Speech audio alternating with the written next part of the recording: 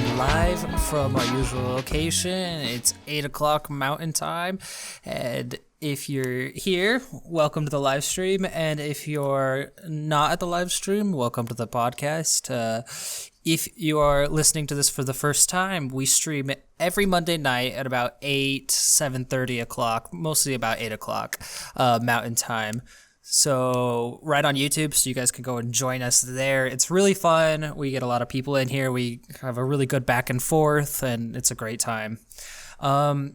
This song just changed rapidly. I totally lost my train of thought. All right, turning the music off because it keeps skipping and killing my train of thought. Today, I am joined by my good friend Paul. Nice to be back.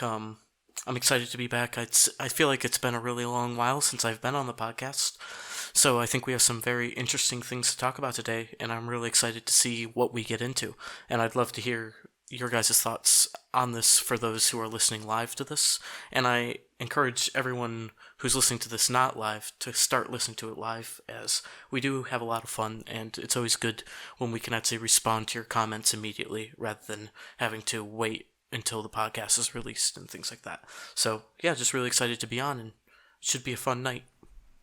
Yeah, it's actually kind of funny. We when we stream the podcast and we have a great time, and then we for as like a benefit to the people that watch it stream, we don't release the final version till like Friday. So there's actually like almost a 4 or 5 day gap between when you hear it. So sometimes what we talk about becomes a little irrelevant, but not a big deal. It's all still pretty good. But what's funny is we'll talk about things. We have about an hour-long podcast, and then people will just drop in comments randomly. And they won't timestamp what they're talking about, or they won't reference what they're talking about. They'll just be like, yeah, Paul, that really made sense. And you're like, what the freak? What is it? What made sense? Or they'll say like really complex, like, you have no idea what you're talking about. That's totally not true. And it'll be like, about what? But we're not going to go in and be like, debate them because we have no idea what they're talking about. So we had actually a good suggestion. What did that one guy say? What was his suggestion, Paul? Oh yeah, starting this podcast, we are going to start adding in timestamps into the description, so you can go to certain topics that you want to listen about. We'll try and get that down pretty well, where every topic change is accompanied by a timestamp, so you only have to listen to what you want to listen to rather than skimming through the entire hour-long podcast. As we realize, like, we're not the most interesting people to listen to talk for an hour, but I know we do hit some interesting topics, so we'll try and get that done by this podcast, actually. So we're working on that right now, at least implementing it. And we've talked about a link dump for quite a long time, and we're finally going to get on that. So anything you guys hopefully hear us talk about will either be put in the live chat, or it'll be put in the description or the comments below if you guys are watching the pre-recorded version. So yeah, that's pretty good. So this week it's just two of us. Everybody else kind of bailed. School just ended, so Austin's off partying in Arizona. Alex is doing his thing, But and I didn't know if you were gonna make it, so I thought I was gonna have to be on the podcast by myself, just like a talk radio, like a radio talk show host, just blabbing on about random stuff for an hour, like Alex Jones. I was planning on kind of taking the Alex Jones angle to it, which that would be very entertaining. I would have stopped what I was doing, even though I was doing I was gonna be done by this time anyways. But regardless, I think we should still go that route. I'll be a guest on your Alex Jones show. Oh, it's the Erik Jones show. Yeah. Welcome to the Erik Jones show, where we teach you the real life. I don't know, what does he say? He's always like, the fish people. I love him. He's so funny.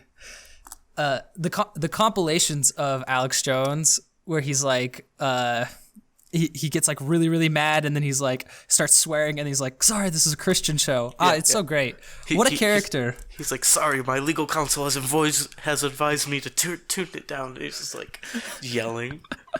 Oh, it's such a great show. I would love, so Alex Jones, if you're out there and you're listening to the Holo Herald podcast, because we know you're a major fan, we would love to be featured. We'll come talk about mixed reality on your podcast or your talk show or something like that. What I actually have considered, though, is I bet we would actually maybe fit in kind of well on Coast to Coast. I think we really would. Coast to Coast would be like a dream to be on. I've listened to that radio show for years, and it's amazing. So to be on it would be just incredible. If you guys don't know what Coast to Coast is, it's an AM station, and it plays from like 11 o'clock to like 4 in the morning or something like that, depending on where you are. And it's the leading paranormal radio station. But they actually hit on a wide range of topics, like anything from Bigfoot to health to technology and stuff like that. And I think like our kind of like, we talk a lot about artificial intelligence and augmented reality. I think it would totally fit in well. So we should totally start aiming for that. Like maybe like 50th podcast, you know, we'll get on the Coast to Coast episode. So tomorrow, let's see. What's some of our topics? I guess we could just jump right into one of them. I think one of the most interesting ones I saw was Microsoft coming out with this new software that promises to bring augmented reality to any PC. And this is beyond what they just released with their creator update. This literally uses your webcam and will project MR, like it'll show your room with MR objects in it. And the photo they have here with this article, which will be in the description, shows a lady holding up like a Microsoft Surface, and she's holding it into a car spot, and there's like a Mars rover there. So that's how it will work. And I believe in the article they say that it will show virtual objects created in 3D paint in the real world. I'm sure they'll expand that out more to include like Unity objects and things like that. And I'm sure many of the objects in Unity are portable to 3D paint. So I think it's really interesting, especially because the Tango, the people like Tango is a software as well, and can go on basically any phone. I think it'll be very interesting to see how, is Microsoft doing this to fight the Tango, or do you think it's just Microsoft saying we just want our name and MR together out there as soon as possible with basically every device that people use these days? I think Microsoft just their big goal is to just own the AR MR domain. You know what I mean? Like they want their store, they want their developer kit, they want their they want Unity use, they just want their name on it. So if they can like beat everybody else to the chase, that's kind of I think what they're angling for right now. At least that's what I would assume. But what's interesting is they've kind of taken a more like business approach. But with this kind of consumer grade AR, it kind of seems like they're leading way more towards consumers, which is different than what they've been doing before. I think it's kind of interesting how they're doing this consumer outreach, and the fact that they're just releasing these as little almost hidden updates in the OS. So when you update Windows 10, you probably did it like last week or something.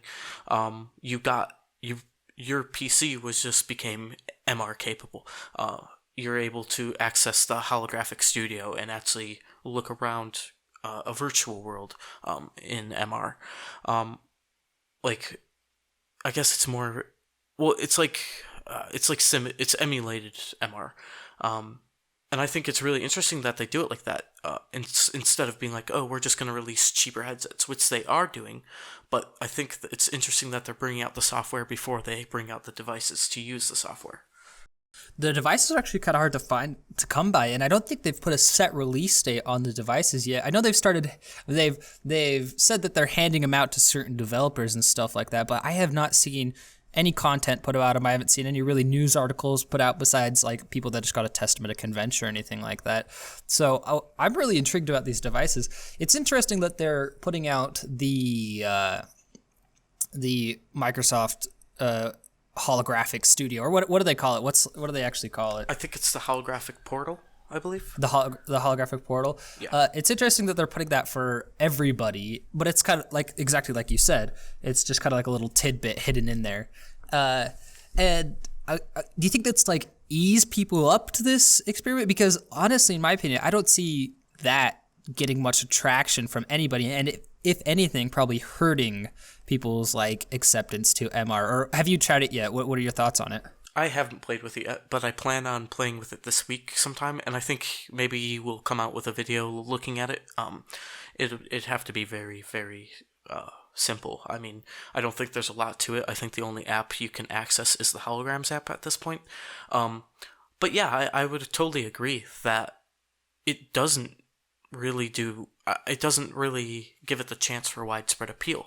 I think that's just like here's what we can do, but they're not really showing the usefulness of it. Whereas with the HoloLens, they are showing the usefulness of it. So I think maybe this the holographic portal was kind of just put in there to show that, hey, this is what the future of Windows PCs will look like, and let people's imaginations run wild with either what can you do with them, or what your I lost my train of thought. No, you're totally good. I'm actually just trying to access it right now. So holographic portal. I'm just gonna type in portal. I believe so. If you upgraded the, I did. I think it's only part of Windows Anniversary Edition too, isn't it? creators update. I think we will definitely have to make a video about this then, about how to access it, stuff like that. I think that'd be a good option. Yeah, the fact that you can't just type it in right there makes it easy.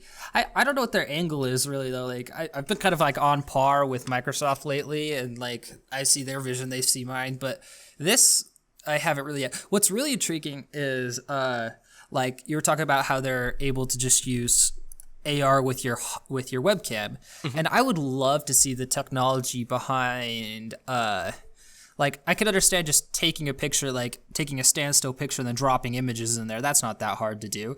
But to actually like map the surroundings, like using a camera, I'm curious to the technology that goes behind that. And I know Snapchat's been doing it for a while, and they're just started to make like a really big push for AR right now. Actually, everybody is. Facebook's making a big push. Google's making a big push. And Snapchat's been kind of a leader in the game. So, I mean, I wouldn't say they're making the biggest push, but they're getting in the battle. And Apple's the emerging giant that I think everyone needs to be watching out for, including Microsoft right now. I think Apple is going to be Magic Leap's biggest competitor. Though we don't have anything from Magic Leap, I see them as similar companies. Like, basically, both are cash rich, and they both build consumer products, and they don't really pay attention to, oh, this is what a business person would need, or this is, like, useful for your business person. They look at what's going to be cool for our consumers, and I think that's where Magic Leap is going to position themselves, and I think Apple's going to be either the leader or the major competitor there. I guess it depends who gets a product out first. What's really interesting behind all of this, though, is to kind of watch it all unfold. Like, we've been in the AR sphere for about a year and a half now, specifically the HoloLens for about a year. We're coming up on our year anniversary with the Holo Herald. But we were in it for about 3 or 6 months before that, before we finally got our hands on Holos. And it's really interesting to watch this technology grow and watch the different dynamics that it's playing. Because I feel with VR, we were pretty into VR. We tried, we got our hands on an Oculus before most people, and we kind of watched this evolution of VR happening. And how VR felt is it was kind of like no technology existed. I mean, it was like there was all this cool like underground technology like Oculus and stuff, but nobody knew about it. And then next day there was all of these devices. There was Vive. There was Oculus. There was there's a bunch of other ones. And it was kind of this just like this block of VR upon consumers. And I think that kind of almost killed it for them. But with AR and MR, it's interesting to watch this very slow progression, and everybody's kind of just releasing their devices at will, Avagant or Meta or HoloLens or all of these people. They're just kind of just dropping their little tidbits of devices, whereas VR, it was a complete block of device. What do you think about that? Yeah, I think I would definitely agree. VR, it seemed like the world, like, one day was just like, oh yeah, VR's a thing now. Not a lot of fanfare, not a lot of hype for the devices coming out. Like, you saw them, but it's not like the hype that we see for Magic Leap right now, or the hype we're just seeing in general around MR. And I do like that the progression is much slower, where Microsoft doesn't I'm sure they have plans for HoloLens 2, but they haven't even planned on releasing one yet. And I know people were predicting that one would come out in 2018, I believe, if I have that date correct. But I think that number has even been thrown out the window now, just because the HoloLens as it is a very functional device, and you can do a lot developing for it, I believe. I think it more will just be based on when is Microsoft ready to push the technology farther. Mm-hmm. Exactly. And what's cool is to see this kind of like with VR, like VR was very heavily attached to the to the device for a while. Like you had Google Cardboard, but nobody really cared about it until like the Oculus came out and the Vive came out, and then it was like really important. That's when the VR technology was really there. And you kind of have like a the 360 videos on YouTube. I kind of remember that as a precursor to the VR revolution. Those are all that I can really remember before VR hit heavy. But with AR, I mean, it's so in your face, but not in your face at the same time. It's so hiddenly, unexpectedly in your face. Like if you look at all the AR applications you use daily, there's quite a few. You know, if you use your phone, if you use Snapchat, or if you use a photo editor or those kind of things, you know. Mm-hmm. And even Adobe has like this AR thing built into it now. So it's really intriguing to watch this evolution happen. I don't know. Go ahead. I was going to say, yeah, I would definitely agree that they were so much more tied to the device. And so what do you think that all these, like, software programs that allow you to put AR/MR, like, good AR/MR stuff on your phone, how are they going to affect the sales of high-end devices, such as the HoloLens, or such as the Meta, or such as the Magic Leap? Would you think that their software is going to sell better, or the devices? I think we talk about that quite a bit. We talk about this like good enough experience because I think Google Cardboard had a really big part in kind of killing VR, you know, because you could get this good enough experience with Google Cardboard. Whereas, if that didn't exist, your only access to VR would be forced to try a Vive or to get an Oculus or to do something like that, you know? But and I kind of worried the same thing would kind of happen to AR and MR, or, you know, these cheaper devices or this add-on software to your phone or something like that can be a good enough, quote-unquote, good enough experience. And it'll really have an effect on the higher-end devices and the higher-end experience, which is the real experience we want to be selling with AR, you know, stuff like the HoloLens. Because if we go to, I think we talked about this, I don't think it was last podcast, I think it was like 2 podcasts ago. We talked about if there's like this attachment that's exactly like the Google Cardboard that you can buy for your iPhone, but it does AR and MR through your camera. And it was like $400-$300, you know? And I asked the guys and I was like, so you see this experience and you see a $3,000 HoloLens, which one are you more likely to go for? And I think the consensus was, you know, the $400 device. But does that $400 device offer as good of an experience that will keep you entertained for years and that really shows you the technology as it? And I think we could get into this dangerous pseudo zone, you know, for lack of better words, that people will just be content with it and then it'll never go anywhere after that point, you know? Yeah, I completely agree. I also think that we need to get, I think right now with the HoloLens being $3,000, it's kind of a little, like, I don't know, I think it's giving the people a bad taste in their mouth. Like, oh, is this what these devices are going to cost, like, all the time? No. But I think as consumers, we need to get a price in our mind where we're like, okay, that's reasonable. And businesses also need to be like, what is the line for a device that does what the HoloLens does? Like, say there was a consumer device that was that costs the exact same amount as the HoloLens. I'm sorry. It did the same things as the HoloLens. How much would you be willing to pay for that? So it does everything the HoloLens does right now, plus it's ready for consumer use. So it's a very user-friendly device right now, but even more user-friendly, and the App Store is a little more built out. Things like that. Well, how much would you pay for something like that? is this a quote-unquote dev edition, or is this a consumer-grade edition? We're going to say it's consumer grade. Like, it's ready to be... It's ready for prime time. As a consumer, I would find myself being hard-pressed to spend more than $500, $600. Yeah, I'm gonna stick with that. I'm gonna stick with about like $600 is my rough price, is what I would spend on it, which is about the exact same price as a VR headset. What about you? What do you think? I was about to say I completely agree with that price point. I think that's a very attainable price point for most people, and the fact that these will be computers of the future, and instead of buying a home computer, like a family will just be like, all right, let's just buy a home MR device. And yeah, kids will fight over it, but what kid didn't fight over the use of the family computer when they were little? That might or the family iPad. Yeah, that might be like a thing of the past, fighting over devices. But I guess we'll have to see, especially with these like really cheapo tablets coming out and stuff like that. So yeah, it's going to be very interesting. Joseph just dropped in. Hey, Joseph, we will see you tomorrow, right? Is that the plan for that, Paul?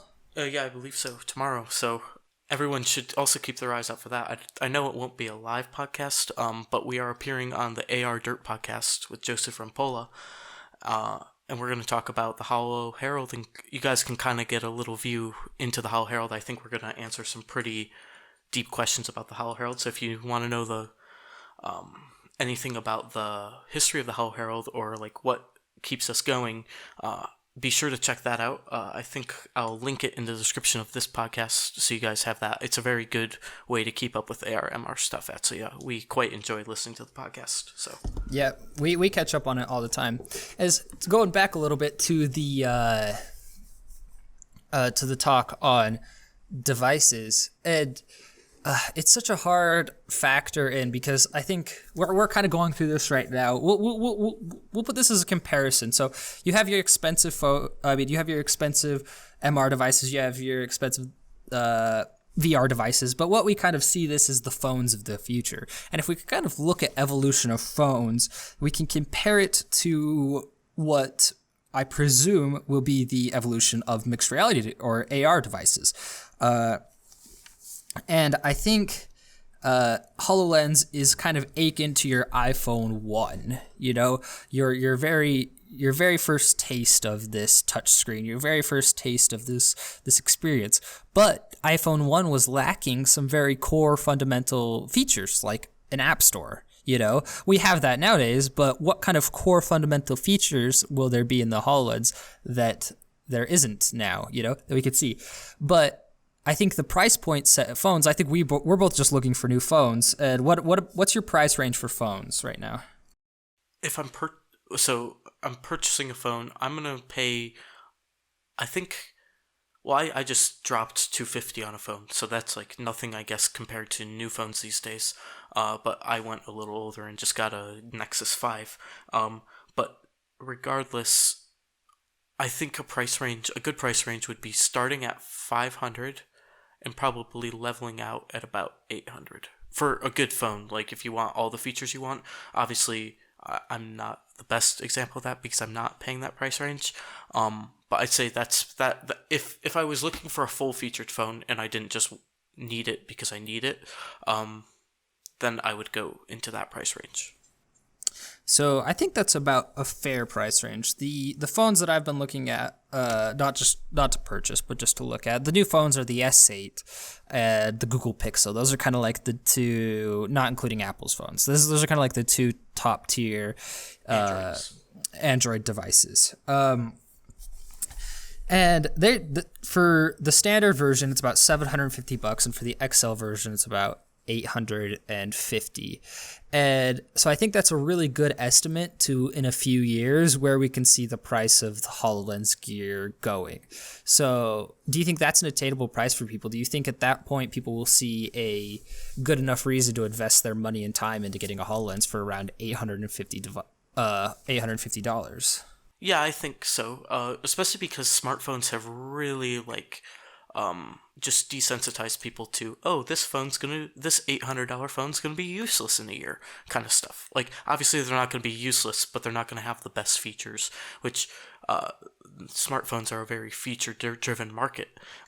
So to say, oh, I'm gonna drop $800 and it's gonna be completely, like, not obsolete, but it's gonna slow down because the software is gonna outpace the hardware, just things like that, you're gonna see. I think people are going to be just as willing to spend that money as they are now. It's just going to be going somewhere else. Yeah. I think you're right. What's interesting with phones, though, is phones kind of found out really quickly that the less they gave the consumers, the more lifespan they would have. It's standard in product development. You don't give 100% of your features right away, because then what are you going to have to give? I think VR kind of fell prey to that. They kind of gave them the best experience in version 1 device. That was like, where do you go after Vive? There's not much more to add on besides external devices. But as far as the software and the ideology goes, after Vive, there's not much room to grow. I think AR could have I wonder, well, okay, this could go 2 different ways. There's either lots of features they're not giving us, or there are or we're like right on that cusp and we're just waiting for new features. As the new features get developed, they're adding them in. Where do you think we stand in that situation? I think we stand on the part of we're waiting for the new features to be developed. I think a great example of this is Avigant, whatever you want to call it, the company that came out with the new light field sensor that has made holograms much more real. It just does a better job of spatial mapping and knowing where your hand is, things like that, allowing you to hold the holograms and play with them. I think that is a major feature that MR devices, including the HoloLens, have been lacking. And now that we have these new sensors, that's new hardware you're going to have to get in order to get the new experience. So I don't think AR has fallen prey to that mentality yet, but I'm sure they will in the future, where they're going to be like, yeah, we know how to do it, but we're not going to put the time and money into making it affordable to do and things like that. But AR and MR is just such a new emerging technology that I think everyone is just, if we can put it out, we're putting it out, and that's it. As soon as it's hot and ready, it's the pancake. As soon as it's hot and ready, get it out there. You know what I mean? Yeah. I kind of think we're there too, which is a good place to be, but also kind of a dangerous place to be, because that could mean like years hold off for times. Whereas a phone, they've had the ability to put in really, really, really high quality cameras for a while. They've had the ability to add in a bigger battery. They've had an ability to make it a better screen and higher resolution. They just haven't. I can guarantee you there's phones that'll do higher than 4K resolution and can do stereoscopic sound and do all these features. The king of which that does that is Apple. They even remove features sometimes to make their devices in this weird way. The more you remove from a device, the more sellable the next device becomes, because you can add in more to it. It's a very interesting. You do it in software development too all the time. You don't give away 100% of your features right away, because then you have nothing to give. Anyways, Joseph just asked, what is your list wish for the future generation of HoloLens? Do you envision a lightweight, smaller form factor that isn't so bulky? You want to go ahead and answer that, Paul? Oh yeah, I would definitely agree that a smaller, lightweight form factor is absolutely necessary for widespread adoption of MR headsets. I would also like to see better sensors. With these sensors, you would also be able to start using these MR devices at night. As you saw in our HoloLens in the dark video, the HoloLens does not do well in the dark, and that's because its sensors are just not there to the point where it can anchor objects in the room. Like, yeah, it's semi-functional, but it's not super functional, as it needs the visible spectrum to really know where your position is in a room. I think that's going to be a necessary one, is just that ability to use it in the dark or darker light locations. I would also like to see more processing power and better graphics. So I'd like to see like 1080p on there or higher, especially since it's so close to your eye. I think it could benefit from like 4K plus resolutions. I think those are some of the things I'd like to see as a consumer. And I know a lot of people have said, "Oh, this would be cool with like handles and controllers." I I'm always like conflicted with that. I like the hand motions, the hand gestures, and I also like using the clicker, but I don't think the clicker is functional enough. So if they could come out with something as simple as the clicker, but it does more stuff with the HoloLens, then I would be happy with something like that. But people like want like the Vive handles and stuff, and I don't think that's useful for me, and it defeats the purpose of the HoloLens in having it interact with your real world, if that makes sense. Yeah, so I think you're kind of looking for, okay, I guess Generation X, whatever X may be, of HoloLens. I think what they should strive for is more immersion into this mixed reality, as little breaks from as little interruptions from your experience as possible. So that may be a bigger FOV if that bothers people, a lighter weight form factor so you don't realize you're wearing a headset, better hand gestures so that it's more natural to interact with these, instead of a point and click mentality, maybe you can actually stroke through the holograms, so whatever they can do to eliminate this this interruption, this what's the word I'm looking for? This, I don't know. I can't think of the word right now. Whatever they're looking for to break that interaction. Oh my God, my brain's just not with me. The barrier, whatever. I don't know. Whatever it is to break that. I think that is what is extremely necessary in the HoloLens, because it still feels, I don't want to say like a toy, or it still wants to feel like a device. We want it to feel like this actual seamless interaction with your everyday world. Holograms look real. They have shadows. They have reflections. You have a bigger FOV. Whatever that takes to do it, I think that's what's required.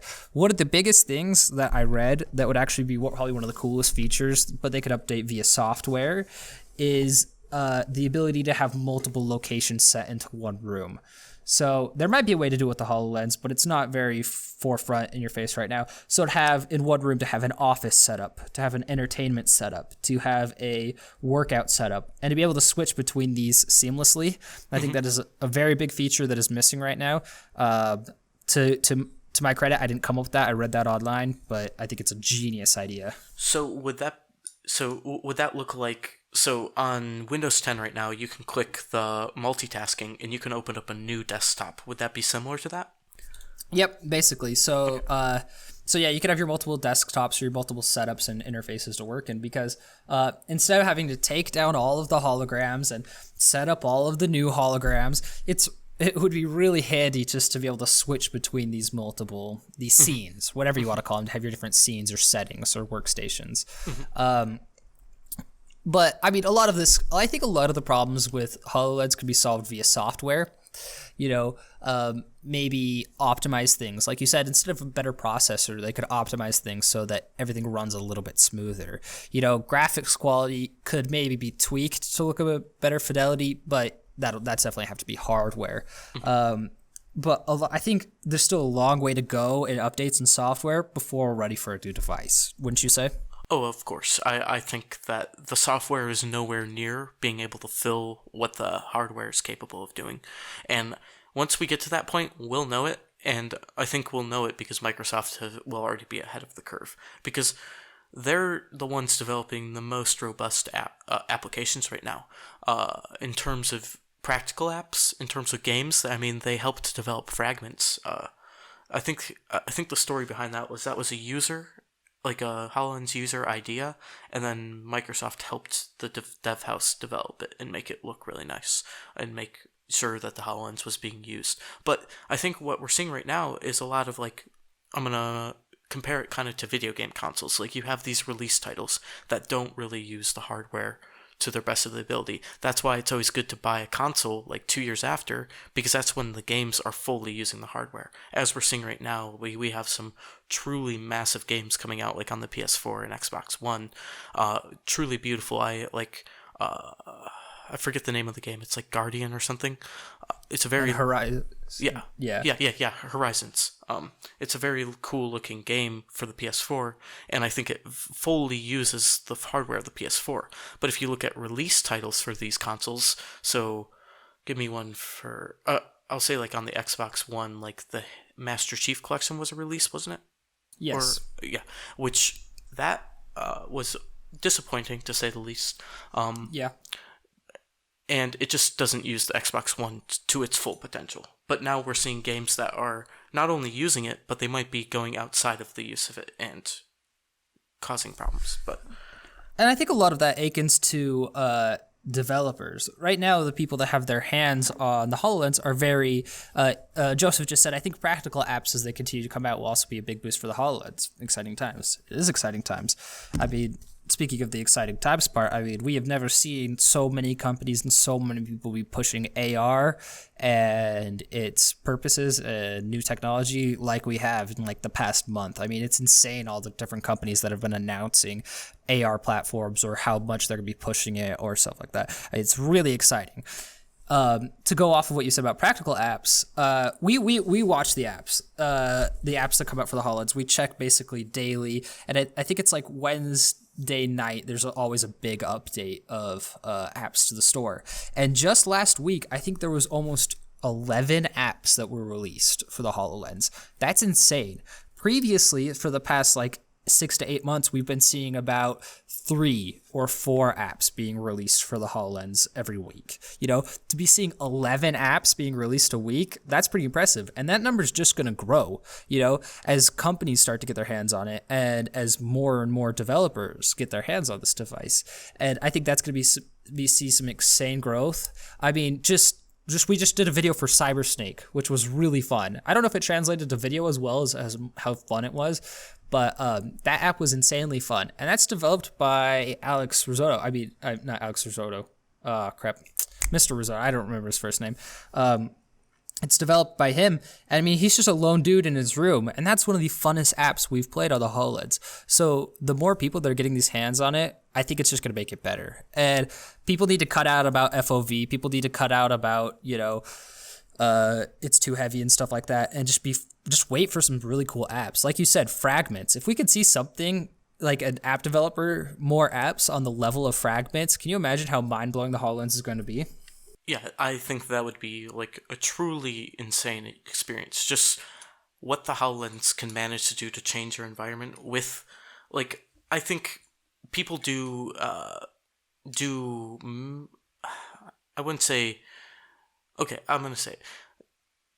People bitch a lot about the FOV and the heaviness of the HoloLens, and I don't think they take the hardware for what it is and what it's supposed to do.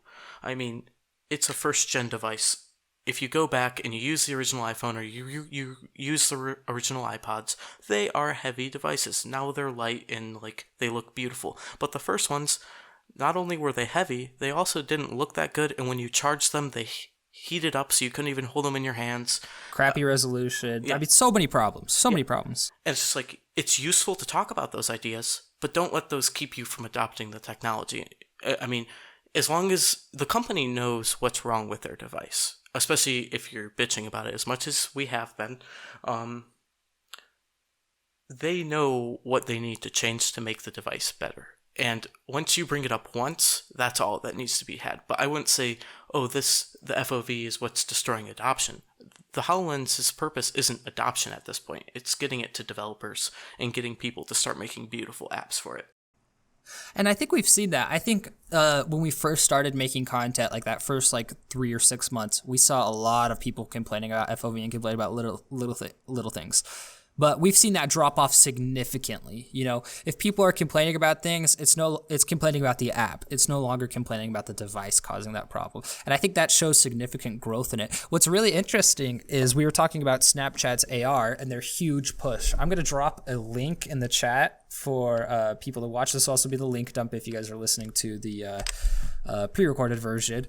And this is a YouTube video, and this was released a couple months ago. Or last month, I think.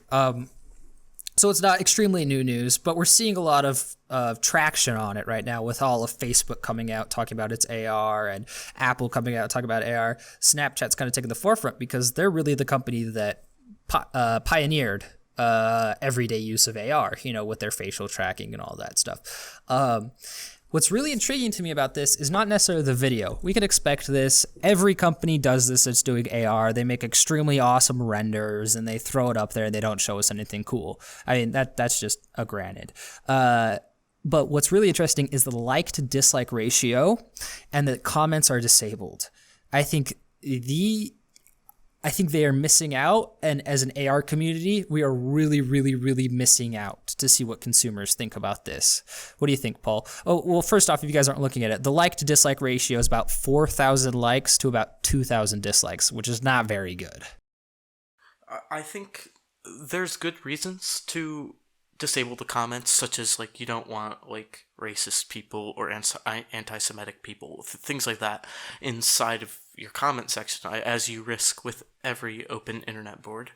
But I also think for a company, it's very important to hear what your customers think about these new products and technologies before you bring them out. If you look at those comments and everyone's like, oh, this looks dumb, I'll never use this, then maybe you should ask them why they won't use it and start putting in features that they'll actually use. Because right now, what they're doing is they're running the risk of, oh, well, we released this, but we don't know really what people think about it. I mean, we just have a like and dislike thing. And in the video, they don't ask, oh, send us feedback to here. They just say, oh, we don't care what you think. We're just going to release this.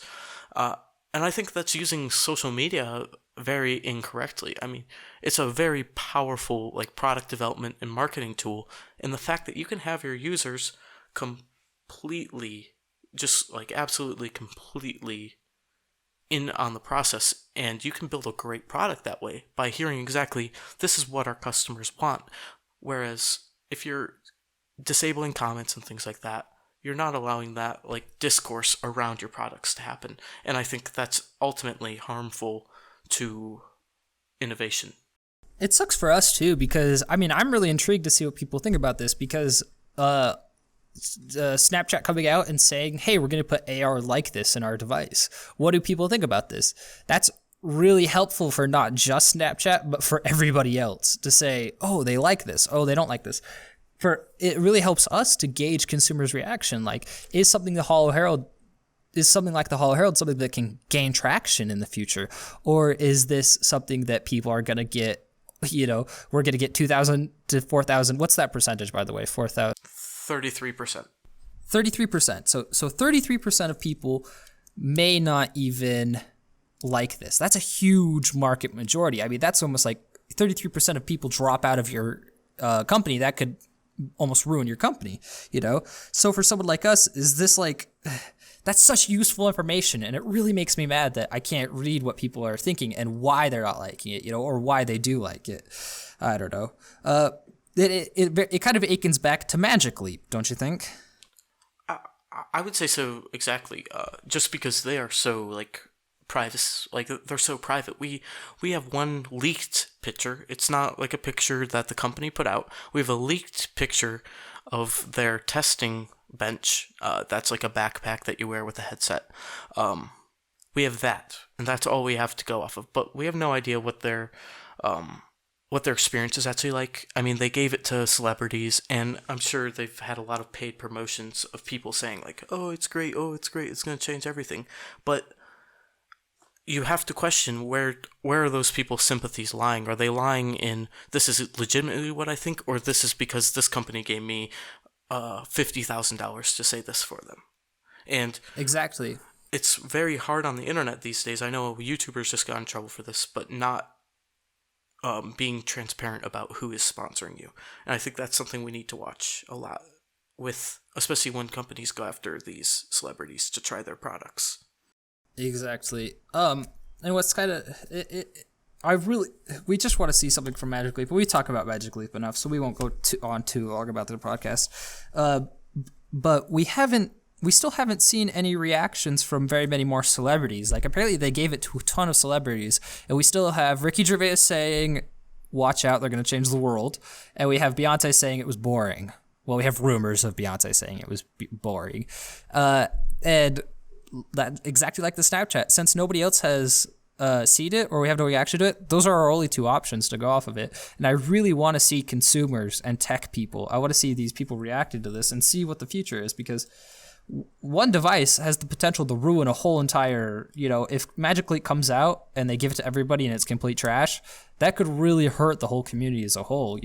We have to think, I think companies need to start thinking outside of themselves and think more about the grander scheme of the technology and pushing it in general, which is never going to happen, Especially because, technology is such a competitive thing.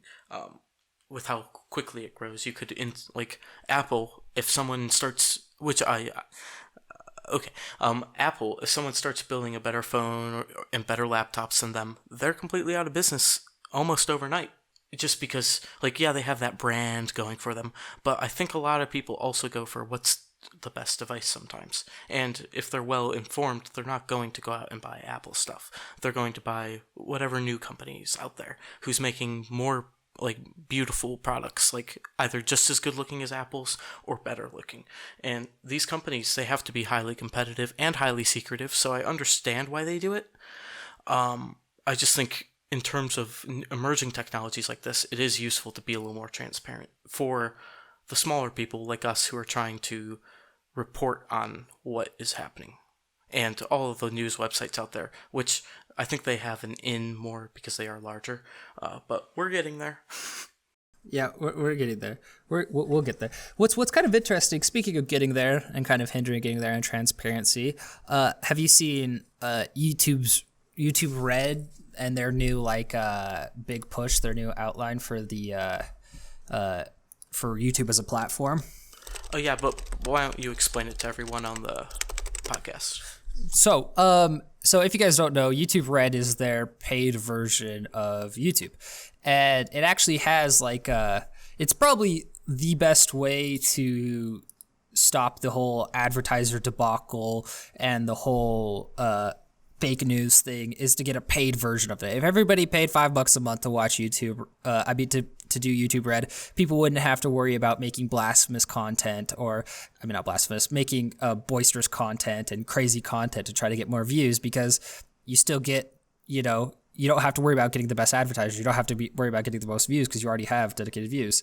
And then YouTube doesn't have to worry about pleasing advertisers and demonetizing people and doing all this stuff because they're already getting income. So YouTube Red is actually a really, really good platform that people don't realize, sadly, because it was delivered in such a crappy way. Do you remember the reaction to YouTube Red when it first came out?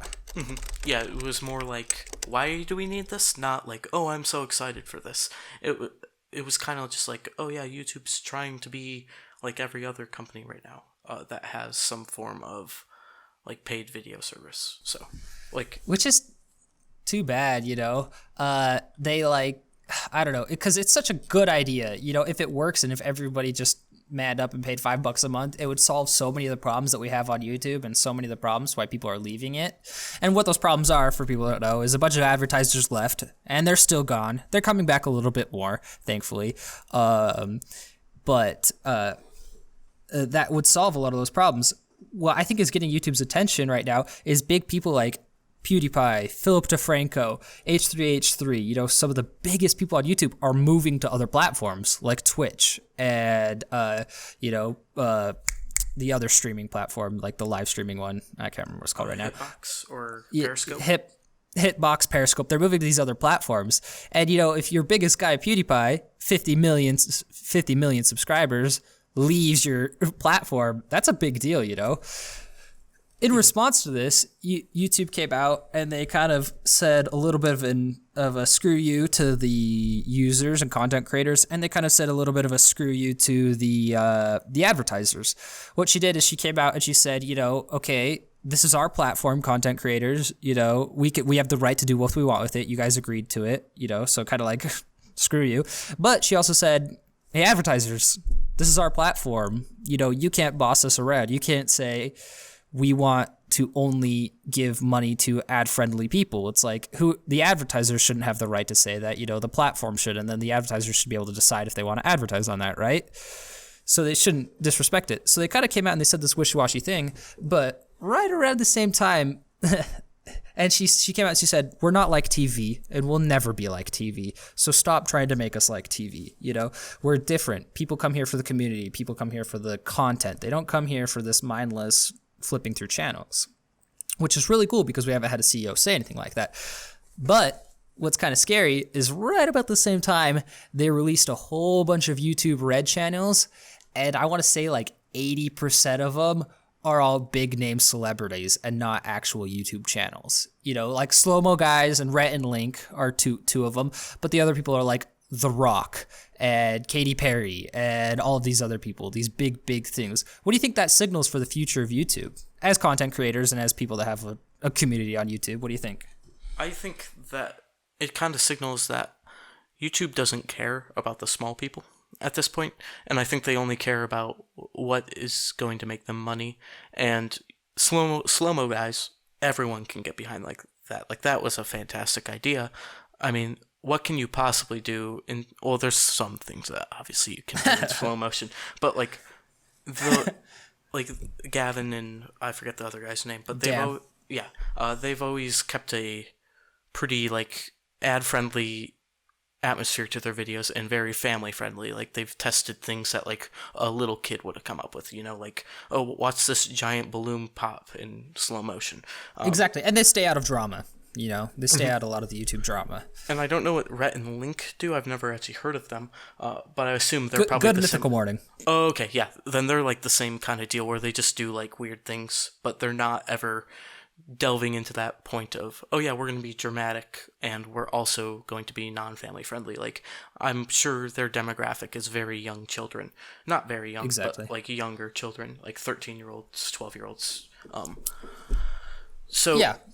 They're like the pretty faces of YouTube. Both the channels are. And they're great content. Don't get us wrong. They both make great content, but they definitely are the more advertiser-friendly, pretty face, popular side of YouTube. Mm-hmm. And I think that's kind of showing like, oh, if you're not like part of this inner clique of YouTube where it's like, these are the friendly people and here are your people who make really good content, but they're not as friendly, like H3 to like name one who's just always kind of had this I don't care kind of attitude, but makes great content. Yeah. If you'd agree with that, I don't know if you would. Yeah. iDubbbz, Filthy Frank, definitely not advertiser friendly content. Well, I don't know. They get a large viewing. Exactly. And I think they are family. They're advertiser friendly. Maybe they're not family friendly, but they're advertiser friendly. And I think that's where the line gets drawn a lot. Sorry, continue on. Well, I was gonna say, I think what YouTube should have done is targeted advertisements better. They need to improve their algorithm to the point where, so if you're watching one of our HoloLens videos, you should see MR advertisements from like, Microsoft has ads with the HoloLens in it. Put those on our videos. Don't put like movies that are irrelevant to our content. Like, don't put like Finding Dory as one of our advertisements. That's not making us anything. Like, that's not doing our viewers any good. You have to get a better idea of, okay, so this is a technology channel. What do they want to see? They don't want to see Finding Dory. They want to see like phone advertisements, computer advertisements, things like that. Something like PewDiePie, game advertisements. You could do. I think you could get away with movies, but games. Well, he's got such a big audience nowadays. Yeah. He's not so targeted. They do need to do a better job of targeting the advertisements, which I'm sure there's a team that's working day and night trying to get us to that point. But I think that's the big problem with YouTube right now, is not targeting correctly. So I think it's kind of scary to me that they're pushing celebrities so much. They're saying, on one hand, they're saying, hey, we're not like TV, we're our own thing, we're very community driven. But yet they're giving most of their YouTube Red and their big view hitters and their trending hitters. They're giving it to people like Conan. I love Conan, but still, they're giving it to people like Conan. They're giving it to people to like Jimmy Kimmel. They're giving it to Justin Bieber. They're giving it to these already big celebrities, big teams. You very rarely see people on the trending channel that are smaller channels. And it's really dangerous, I think. They say right now, these past 6 months, and probably the continued 6 months, has been the hardest time in YouTube history to start a YouTube channel, which kind of sucks. And I think our channel, statistically, we can show that as true. Right when we got in the game, YouTube was at a really good point. YouTube was at a point where they were recommending you new content. They were recommending you content that you wanted to see. They were recommending you smaller channels, you know? And we were getting a ton of views. We were getting like 25,000 views on some videos, and we were getting so many subscribers a day. And then there was this big drop off. Granted, we stopped making content for just a little while, but that shouldn't have killed our channel as hard as it is. And now it's impossible to get views, and it's impossible to get ad revenue, and it's impossible to get subscribers. But yet our content is better. Our content is more directed. Our content is, nothing's different with our content, you know, and nothing's different with the technology. AR is as popular as ever right now, you know what I mean? And HoloLens is as popular as ever. So what is it? Why is the algorithm hurting us so badly, you know? Mm-hmm. And that's something they definitely need to work on. And from that press release, what we heard is, well, we're not going to work on it. We're just going to focus on Red, and we're going to work directly with these companies instead of the small people. And we're just going to do whatever the big people want that keeps the small people down. So I don't know. I think it'll be interesting. I think we're in a good spot in terms of where our content is. But I'm worried. I would be worried if I was like a gaming content creator or any of those popular content, like a car channel or something like that. I would be very worried right now. And we're one of a kind. So I want users. I know most people don't make it this long on the podcast, and if you're here, I want you guys to do a little something for me, and this would help me out a lot. I want you to go to your, like, back in the day when we look at our analytics, most of our views were coming from the YouTube main page. And you got to think, why was a channel with, like, less than 1,000 subscribers getting recommended to people on their main page, you know? And our content's hard to find. You have to, like, search for our exact keywords that we put in to be able to find our content. We rarely get recommended. We rarely get anything. And I'm not complaining. You know, this is all part of the game. We're here. We just want to make cool content, and we want to build a cool community. But, you know, best way to build a community is to get freaking people. Anyways, so go to your guys' home channel. Go to your, what do they call it? Let me see what they call it real quick. Yeah, it's called your home. Go to your home channel and see how much new content there is there. Maybe it's content that you're intrigued in. So, like, I watch a lot of, like, car videos. So there'll be car channels there, and car videos. Look how many of those videos have less than 50,000 views, and see how many of those content creators have less than 100 to 200,000 subscribers. And just tell me what you guys see. I'm on the Holo Herald's accounts right now, so I won't do that. But when I go to my channel, nobody under 100,000 subscribers get recommended to me, and no video under like 100 to 50,000 videos gets recommended to me. So go to your channel, Paul. What do you see real quick? Yeah, everyone is 250,000 plus. Like I have, so I watch a lot of fishing videos actually. So those guys, they're all I think at or above 200,000. But like I get Linus Tech Tips on here. I watch them a lot. Huge. So don't count people that you're subscribed to. I'm not okay. subscribed to Linus Tech Tips. The Devil Dog Gamer. I don't know if anyone knows him. He's huge. Nat Geo. The Yokes Cast. Yeah. So it's all big names. Yeah. And it really frustrates me as a YouTube, not just as a content creator, you know, but as a YouTube viewer, I'm having a much harder time finding content that's new and what I want to watch. Have you found it that way the past few months? Being that way? I actually can't stand staying on YouTube anymore. It gets really hard to. You have to really find search new stuff. Yeah, I prefer going to sites like Reddit or I don't know. I spend a lot of time on the HoloLens forums. Actually, I like just reading through stuff like that, and also news. So I don't spend a ton of time on YouTube anymore. But that's also because it got to the point where I was seeing the same videos over and over again. And Yeah. it's not the same video by the same person, but it's a similar video to what I just watched. And I don't want to watch the same thing over and over again. I want to watch new and creative content, not, oh, here's a compilation. Oh, here's a compilation. Oh, here's a compilation. And not just by the biggest subscribers. I mean, not just by the biggest content creators.